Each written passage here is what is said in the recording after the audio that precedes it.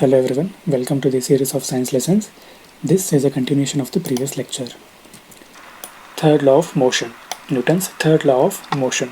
The first two laws of motion tells us how an applied force changes the motion and gives some mathematical ideas determine the force. The third law of motion states that when one object exerts a force to another object, the second object instantaneously exert the same force but in opposite direction. These forces act on different objects and never on the same object. Equal and opposite forces acts on two distinct objects, two different objects, not on the same object. Now let us see this diagram 9.10. A spring balance is placed on the wall. A spring balance B is attached to a wall so that it stays at the same place, and a spring balance A is attached to the end of spring balance B, where a person can hold spring balance A. This spring balance will be held by a person. When a force is applied through the free end, that is when a force is applied by a person holding the spring balance A, we can observe that both spring balance show same readings on their scales. When a person applies some force, we will see same readings on spring balance B and on spring balance A. But why?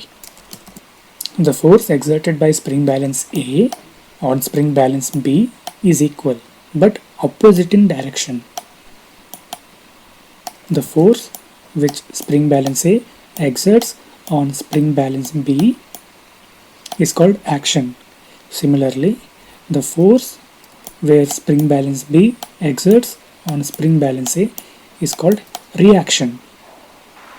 Both action and reaction takes place simultaneously. In the first case, Newton's third law of motion says that to every action there is an equal and opposite reaction. Remember, every action and reaction always acts on two different objects, never on the same object. It is important to note that even though action and reaction forces are always equal in magnitude, but these forces may not produce accelerations of equal magnitudes, because two different objects may have different masses. For example, when a gun is fired, it exerts a forward motion on the bullet. Consequently, this forward motion of bullet makes this gun move in the opposite direction. Bullet is going in one direction and the reaction force goes in opposite direction. The gun recoils backwards. Since the gun has more mass than the bullet, the acceleration of gun is much lesser than the acceleration of the bullet. Conservation of momentum, not conversation. This is conservation of momentum. Means we are retaining some state. Suppose two spherical balls A and B are moving along the same direction. This is ball A and this is ball B. These two balls are moving in the same direction with their velocities. Velocity of A is greater than velocity of B. Ball A is moving faster compared to ball B. Before moving, these two balls have their momentum.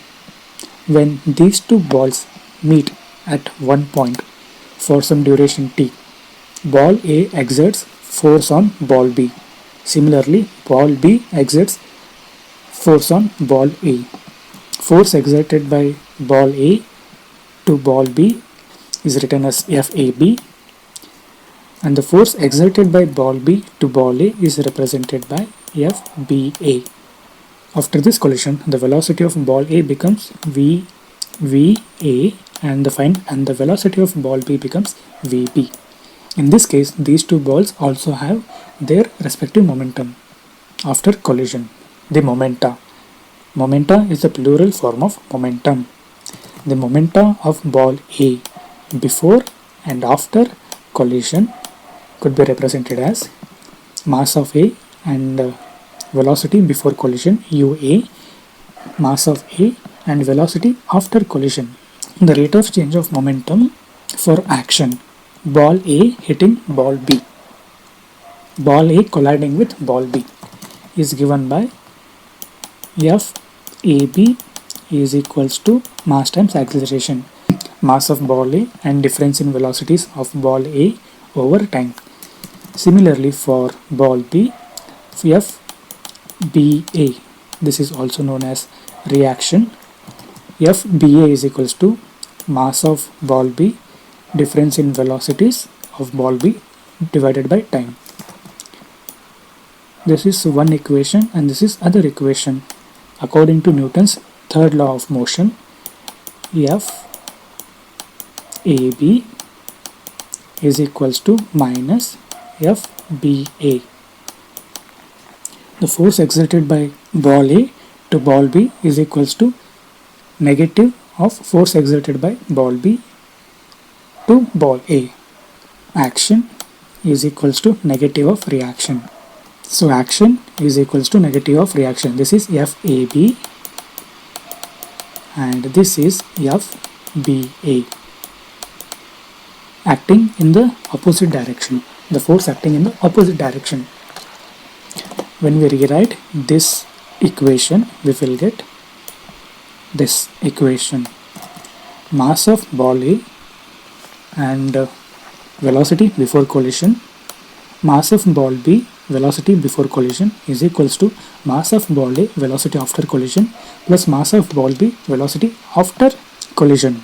You can notice MA UA plus MB UB is the total momentum of two balls before collision. On the right hand side, MA VA plus MB VB is the momentum of two balls after collision. So total momentum of the two balls remains unchanged or conserved, provided no external force acts on these two balls.